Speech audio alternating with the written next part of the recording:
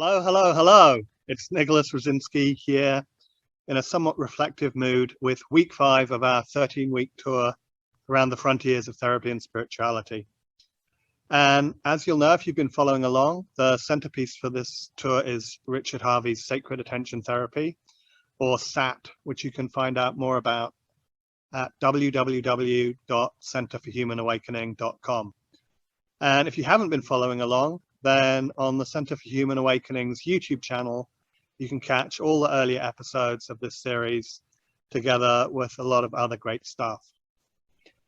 So this week 5 reflection, in a few minutes, I'm going to go back to the frontiers map that I sketched in week 1 and relate the territory that we covered pretty much at a whirlwind speed in weeks 2 to 4 to that week 1 frontiers sketch. So let's just recap weeks 2 to 4 really quickly before we get back to the frontiers, so to speak. So in week 2, I introduced a view of the foundations of real reality. In week 3, I used that to explain the origins of the dream in terms of a soul or a number of souls self-ejecting themselves from real reality, and then the repackaging of some of the guilt, fear content induced by that self-ejection, a repackaging of that into what we call matter by this thing that I call the arc, the agency that restructures consciousness. And then in week 4, I used that week 2 and 3 sketch to outline an extension of Richard Harvey's SAT into what I call SAT C++. So briefly, what is SAT C++?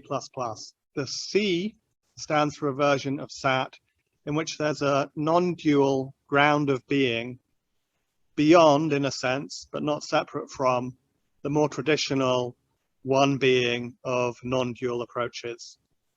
The first plus refers to the awakening of matter. So when we construe or see matter in terms of this repackaging of separation-induced guilt and fear, it becomes meaningful to talk about its awakening. Again, something that we have to collaborate with the arc to do, the awakening of matter being the dispelling of that guilt and fear content. The second plus in SAT C++ refers to the partnership of a SAT version with what I call Science 5. This is where science goes beyond merely describing, understanding matter, energy, and space-time to actively partnering with a non-dual spirituality in the awakening of the entire universe.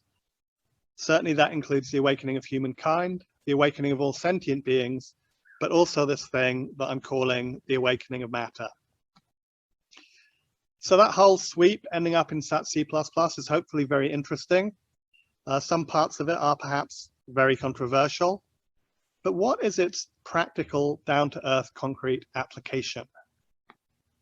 So to explore applications, let's go back to the map of frontiers that I drew in week 1.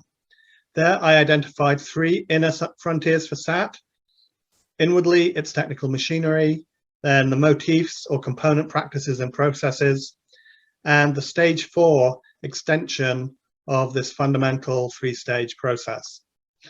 And then outwardly, 3 frontiers in terms of the relationship with society, the relationship with science, and SAT's relationship with the larger cultural domain of human therapy, spirituality, and religion.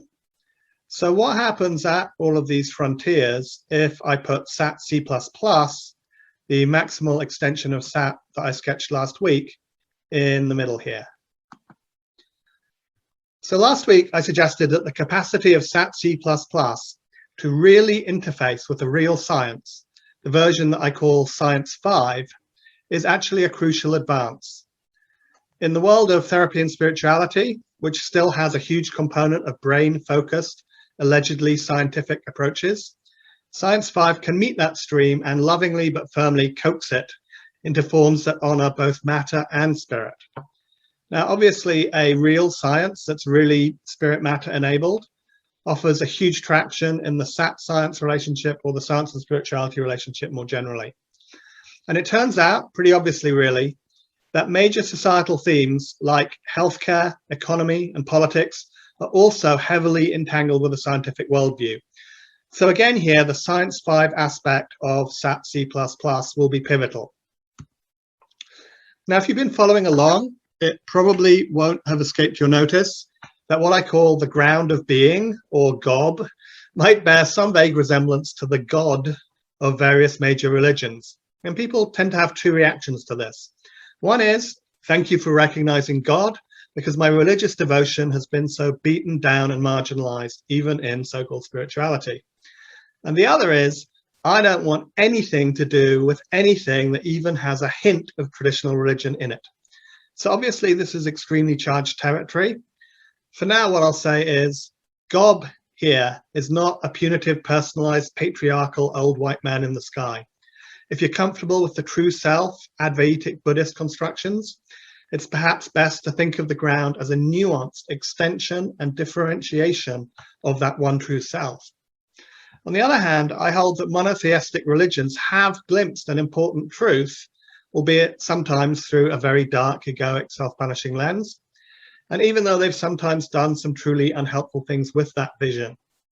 So suffice to say, the GOB aspect of SAT C++ opens a new mutual dialogue with theistic religions that present currently in a dualist way. And I hope that this dialogue might eventually dispel some of the darkness, as well as embracing and including the authentic experience of those who do not feel met in a GOBless spirituality.